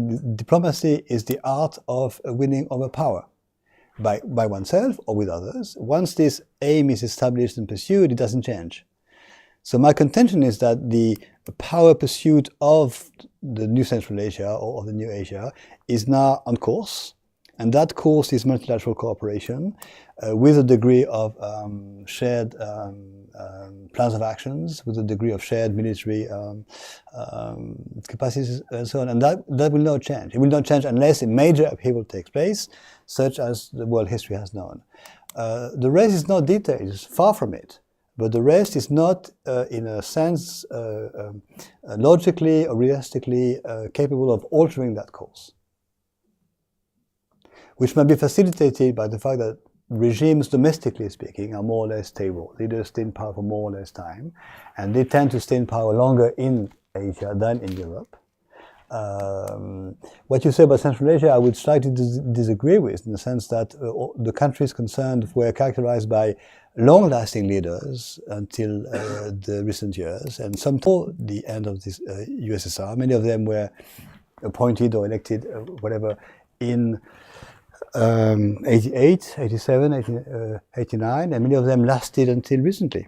The change in Kazakhstan took place in 2022 or 1. The change in Uzbekistan took place in 2016, and Turkmenistan in 2006, due to the passing away of the leader. Kyrgyzstan has had a more rich evolutions, and Tajikistan, unless I'm wrong again, has a continuity of leadership in the presidency. I think what you call, and I haven't used the word much for reasons I've said, the democratization of those countries is probably happening in the recent years. If we define it as the change of the leader in power and the change of party, whatever, then it was happening in the 1990s. So we are talking about, yes, I found the right words, we are talking about different cycles. The cycle of domestic politics is more rapid than the cycle of international politics. So what is engaged, finally and formalized perhaps in the form of an organization, is presumably lasting or going to be lasting. Because it's very difficult to start, to launch, to invent, to create, to initiate. Once it's initiated, the metaphor is that of a large container ship. Once it's going, it's hard to stop, even if it's very, very slow. Is that an answer to your question? Yes. Thank you very much. So we haven't agreed yet on the new India. I'm asking for a date when the new India, if the concept is acceptable. Bharat, we call it Bharat, New India. Yes. 1991 economic reforms. 1991 economic reforms. Economic reforms, that's what it is. In the context of the end of the Cold War, or independently of that context? Opening up Indian economy to world. Right, okay. Opening up of India in the economic sense. Okay, so the Indian equivalent, yes. 1991, right, okay. Yes, there was a raised hand somewhere. No? Next. It's not a question, maybe a comment.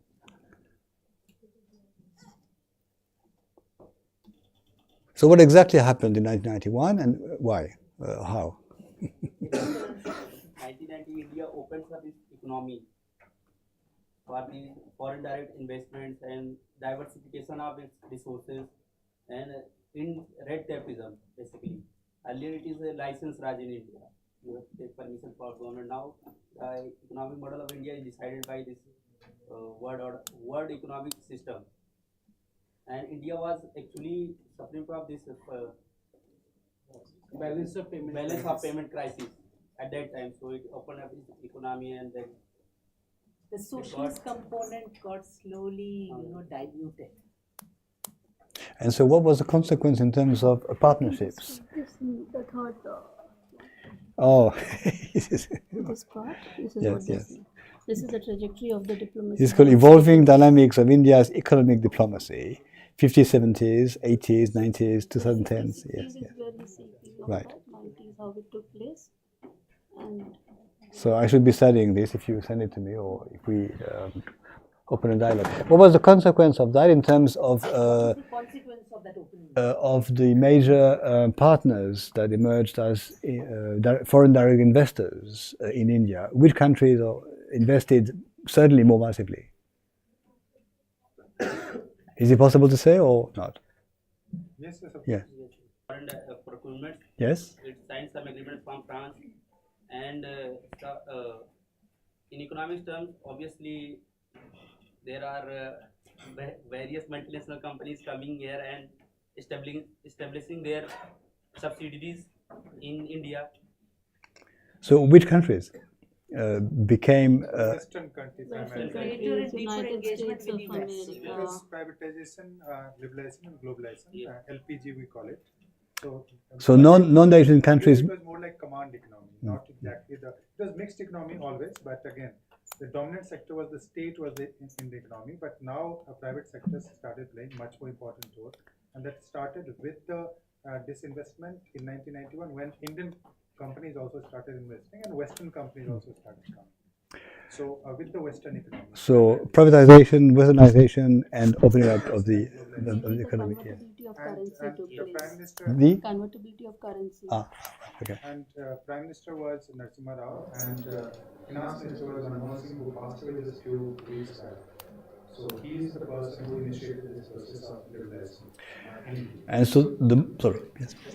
No, please. There was a difficult time in India, a very tragic assassination of Rajiv Gandhi, a former Prime Minister. And that's when another leader, Narasimha Rao, who was an important member in his cabinet previously, he took over. His advisor was his finance minister later, was Dr. Manmohan Singh, who eventually became the Prime Minister much later. But it was a kind of a very, very bold decision was taken how to deal with the economic crisis. Something in, I mean, it might not be the best example, but something which also prompted Mikhail Gorbachev in the Soviet context to come up with radical reforms. So the economic reforms that were introduced in India post 1991, it was radical in every sense. What the consequences would be, one did not know. But yes, the consequences were good, pleasant, and if today India is poised very soon, in a few years from now, to be the third largest economy in the world, the credit has to go to the 1991 opening up. Right. So the link to my own interests is asking you whether, even if the concept is simplistic, is it a coincidence that this took place in 1991, which is also the end of the Cold War? It had to do with the Cold War because India's trade with Soviet Union stopped. And so this Russia came under pressure. So there was a match, so to speak, between a domestic need of something to be altered or changed and the context of one major partner. Just imagine that before that there was just one car company in India, that was Maruti. And Fiat probably was the other car company. And after that you have hundreds of car companies connected. Yeah. So It had much to do with the disintegration of the Soviet Union. Yes. Because India was looking for Because there was a need to reorganize partnership away from the sole or the main partner to a number of partners. Yes. And also with the Iraq War, after the Iraq War, the first Iraq War, what happened that we used to get a lot of remittances from that country because our workers were there. So because of Iraq War, all the people in the Gulf, they came back to India and the remittances were not coming back to India. So as a consequence, we had balance of payment crisis. So we couldn't pay for the import, mostly of the energy. So we had to send gold as a reserve to other countries, Switzerland probably. And then we had to take loan from IMF and other places. So that was the beginning of privatization, liberalization, and globalization, what we call it, LPG. And disinvestment and convertibility, partial convertibility. Full convertibility is not even today. So partial convertibility of currency started, and that's what we call it a kind of, in terms of economy, of course, but in terms of politics, some of the people say 2014, the coming of Prime Minister Modi is also taken as a kind of new India, the beginning of new India. But that's more ideological than political. But also a lot of bold reforms, economic reforms also he has initiated. Right. So the comment that is forming up in my mind is to suggest that differently, of course, but we have many examples of countries going through a necessary readaptation dynamic, which happens in two steps. One step is to recreate self, or to reinforce self, or to prosperize self, so to speak, before one has a capacity to engage with others in something new, which I call regional. In the case of Europe, we found ourselves in 1945 completely destroyed and completely impoverished and having to reconstruct ourselves. We did it very quickly within 5 years with the idea that we should conduct economies of scale and put together resources symbolized by the students and called cooperation, supra-sovereign authority, and a community. And the same for India, you know it by heart, but my view would be to say that India, in that sense, if you accept my vocabulary, reconstructed itself, or re-energized itself, or revitalized itself, or re-prosperized itself. Starting from 91, it took some time. It always takes time. And then India's capacity to engage with the rest of the region was built up. What is specific with India is that, as I understand, it engaged more than one region. It engaged more than just Asia. But gradually, logically, in my view, it eventually became an observer to the SCO and improved relations with, or established relations with the new Central Asia, and then became a member in 2017. All this is part of a sequence. My Weberian contrafactual question, what if not? What would have happened if, we don't know of course, but what would have happened if India had pursued that economic reform course, which I would call national, or without going through the steps of observer, then member of the SCO and other organizations? What would have happened? Could India, as one country, we take other examples, manage to remain an independent economic world actor, or find it necessary to engage with others in a regional dynamic? I think engagement was necessary because Indian economy was roughly $270 billion in 1991. At this moment, Indian economy is roughly $3.8 trillion. So you can imagine the growth rate, you know, just from 270. So it's more than 10 times actually, 10 times I'm saying. So in just this many years. Yes, so the question becomes what to do, is the same question, what to do with prosperity? And what to do with prosperity? Yes, because you know we have, that time poverty rate was very high, and now the poverty rate in India has come down to roughly, I'm saying 14%, according to the government figure. And yeah, there is a different way of calculating the rate of poverty. So it has also percolated down to the people, and that idea has been accepted. Earlier, it was said that you know this kind of economy, the privatization, etc., the trickle down theory of economics, that was being used by the people who supported privatization. But now it has started impacting the welfare of the people. So now that logic, that only socialist model can uplift the people and the capitalist model cannot. So that has been now challenged. Right. So my hypothesis is to suggest that what to do with macroeconomic prosperity. Of course, the redistribution issue is always a difficult one, but what to do with macroeconomic prosperity? And I think what to do with macroeconomic prosperity is to engage neighbors into constructing something which will lead eventually to what Keynes called it, a multiplier factor. Which brings me to Central Asia. Often people suggest that Central Asia is slow or incapable, or was from the 90s, 2000s, in forming something among the countries concerned, something sub-regional. And my answer always is there is step one, step two. Step one is to reorganize the country, take a decision and reforms. And in their cases, they had to, each of them, completely reinvent their industrial production system. Because until 1991, they were part of the Soviet system, where the symbol is that parts were assembled somewhere, but produced parts for cars or trucks or whatever. They were produced in different places and assembled somewhere. So no country had a full capacity to produce this or that. Not to mention the financial aspects or the import-exports and things. So some countries were specialized in one of production. So they had to reinvent the industrial system, they had to reinvent the economic system, and deal with all the aspects of sovereignty and managing countries. That took time. But the emphasis that I have, not the obsession, but the emphasis that I have, is that the fact that time passed, but in 1917, they launched something which for the first time was a Central Asian something, Central Asian Forum, to which I attach great importance, even though it tends to be disregarded by many people. The failed Central Asian Union that President Nazarbayev suggested in 1993 2003, I think it was, is not a failure. It's just a anticipated, excessively early or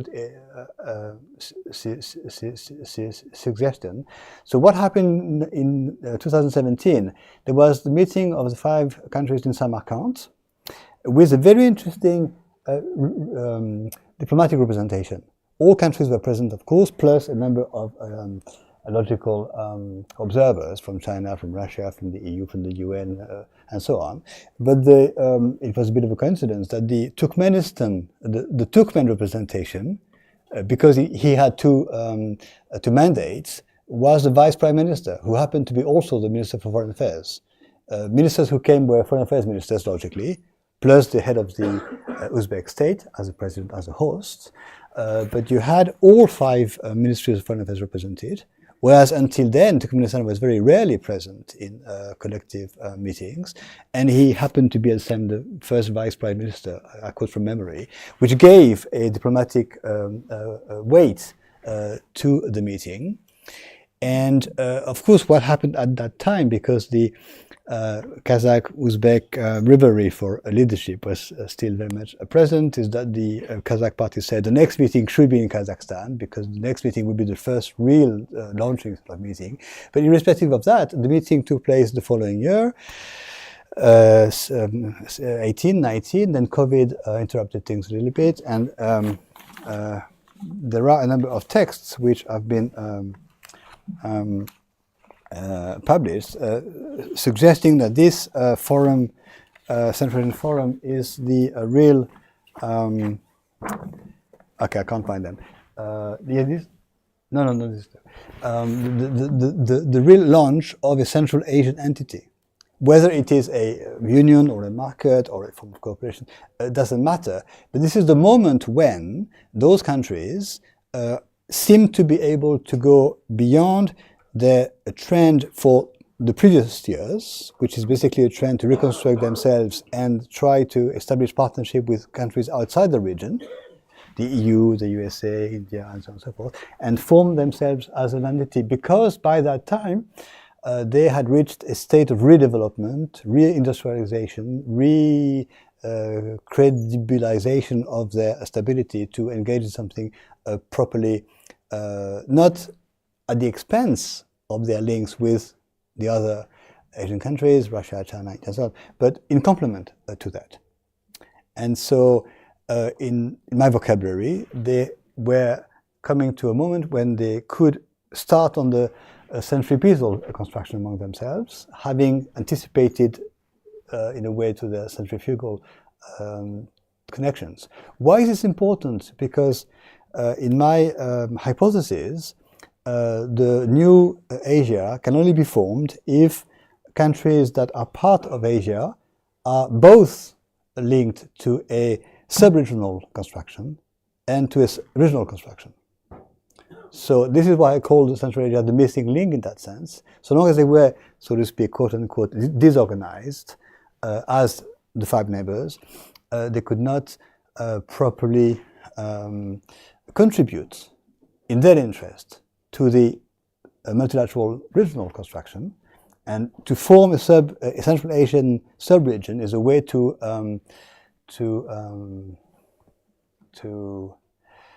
enhance their position in the triangular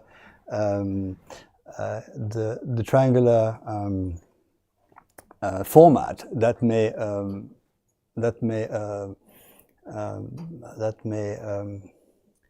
disfavor them in terms of Russia, China, India being the heavyweights. So this is to echo your point about the Central Asian internal evolution. So next question. Yeah, Yes, one yes. last question. What is you?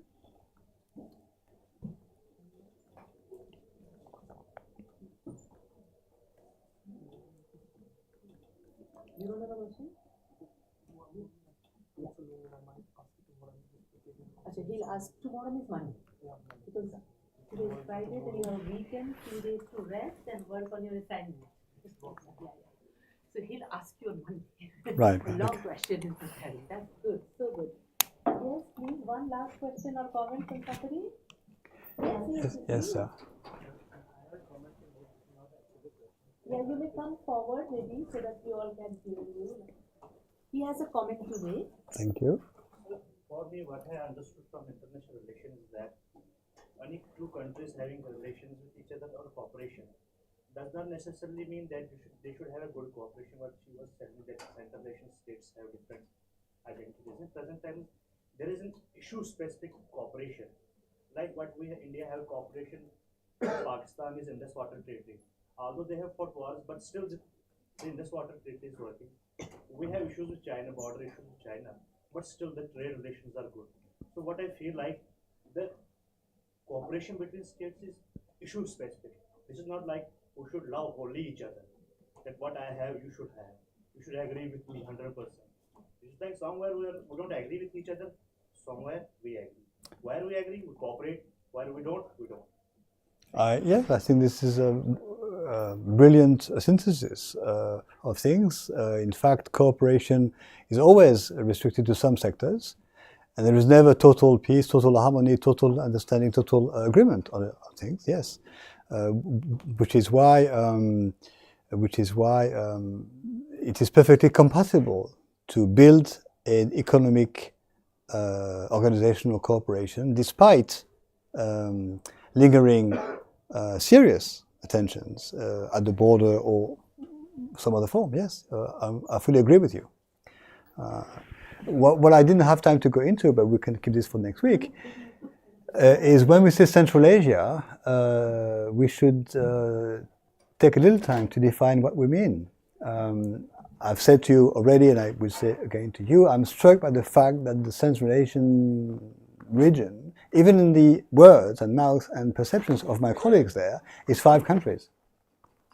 And I keep telling them that in modern geopolitical terms, it's not 5 countries, it's either 6 or 7 in geopolitical terms, with Afghanistan and Iran in many, many ways. And perhaps due to the Afghan dimension within the Shanghai construction, Afghanistan is more part of the new geopolitical Central Asia than Turkmenistan, which has an official policy of non-committing to the multilateral dynamics. Things in Afghanistan have changed so much and are still changing so much of the time. But definitely Iran, for reasons I substantiated, is regionalized. Regionalized meaning to Central Asia and then beyond Central Asia to other countries. But I fight as much as I can this idea that when we call a region, we consciously or subconsciously have in mind a list of countries. A region is not a list of countries. It is a project, a vision, both a classic course of action to secure power and a necessity to innovate and invent something else.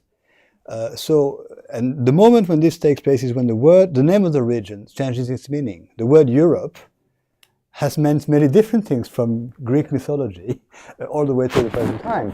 But whether it's the Europe with 6 member states, or 9, or 10, or 11, 12, doesn't make any difference as to the project. The project of reconstructing, surviving in terms of geopolitical terms after 1945, and reinventing itself, and eventually reaching a capacity to be a world power in macroeconomic terms, in GNP terms, not other forms of terms. And strangely enough, if I were to ask you to write an essay on Europe, you would keep on using the word Europe, almost never, unless the topic led you to, distinguish between the 6-member Europe or the 9-member Europe. It's Europe. It's the community Europe or the European Union or the new Europe or whatever else. Similarly, the word Asia has changed its meaning. If I remember my schooling in primary school, in high school, and at university, the word Asia, and this is almost like an anecdote and a joke, I don't know if people are watching me, but this is just the word Asia has meant for us young children and high school teenagers, Asia meant Japan. In many, many ways. Why? Because Japan was the first reconstructed economy and prosperous macroeconomic partner of the West. Certainly, the word Asia meant Japan and China when when China joined in the 1990s, the international trading economy, Asia suddenly meant Japan, China, and Korea after the Olympic Games in Korea, which echoed the capacity of the country to be prosperous again. And gradually, Asia has come to mean Southeast Asia after ASEAN, India, of course, and Central Asia very recently, and perhaps Eurasia, Russia to some extent. So the meaning of the word, of the same name of a region changes, which has something to do with contemporary geopolitics, much more than with history, or indeed geography. So geography in the sense of resources and the corridor transports, of course, is relevant, but geography in terms of cartography is not relevant to explain. It is of course necessary to characterize. And if we put on the screen, do we have a little time? Yes, just a few minutes. With Google Maps, if you called Google Maps, please, my dear colleague, I'm exaggerating, and zoomed in on the Wuhan corridor, we can already suggest a few things that cartography tells us. But of course, beyond cartography, we need more emphasis. My contention is that the Wuhan corridor, as meaningful as it was in the 1890s, of course, to stabilize inter-imperial relations between England and Russia, was forgotten for a long, long time. The fact that there is a common border between China and Afghanistan was forgotten in many, many ways, I'm sure, for a number of reasons. First of all, the attention regarding China was focused on the east. Not Wuhan, Afghanistan. Sorry, northeast of Afghanistan, the now border, the buffer corridor between Pakistan and Tajikistan. Here, there. Where's the? Do you have a pointer? No. Anyway, can you zoom in again more? There. The top one? Yes. I'll give you orange. You want to do Yeah, it? if you could. ऊपर से? No. नहीं वो ये हो रहा है. The moment I'm zooming in, no, that Yeah, is not. can you slide down? 1 second, sir. Yes.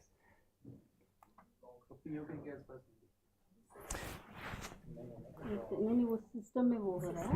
System is not. Sorry. It's not going. एक second. There. Okay. Here. Okay. So that corridor was, quote unquote, forgotten for a long, long time until it was rediscovered. In geopolitical terms, in my perception after the Cold War in the 1990s, when the borders between China and Central Asia were reactivated as relevant, were reopened, relevant. So the fact that China has a common border with Afghanistan has become extremely relevant in the recent years. Why? Because if there is something called instability in Afghanistan, China is not happy with instability at its borders, especially in that region, which is the region going west from China into the new Central Asia and the Middle East and the rest. So it's a passing corridor. On top of it, as I explained to you, the transformation of Afghanistan into a railway knot is one of the keys to the future connectivity of the continent. So cartography tells us a lot when we look at it. And if we went to the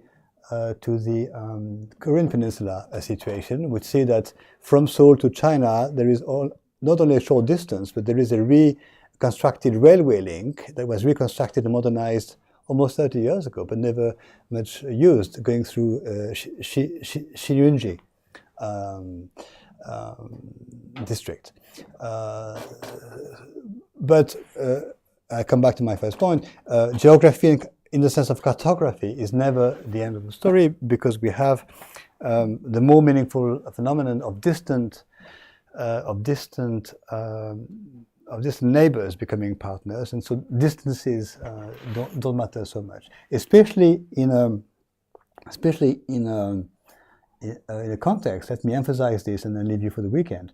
Let me emphasize this, that there is in the SCO Charter something that can be equated with what the Europeans called free movement of goods and capital and people, meaning open borders, totally open borders. And there is this idea of free movement within the SCO approach, with limitations. I understand there are limitations in many situations, but the fact that we've gone just in 30 years from absolutely closed borders, with military build-up on either side, and fears of intervention by some, to a moment where borders are stabilized, demilitarized, and open as facilitators of cross-border investments and trade is a huge leap in history.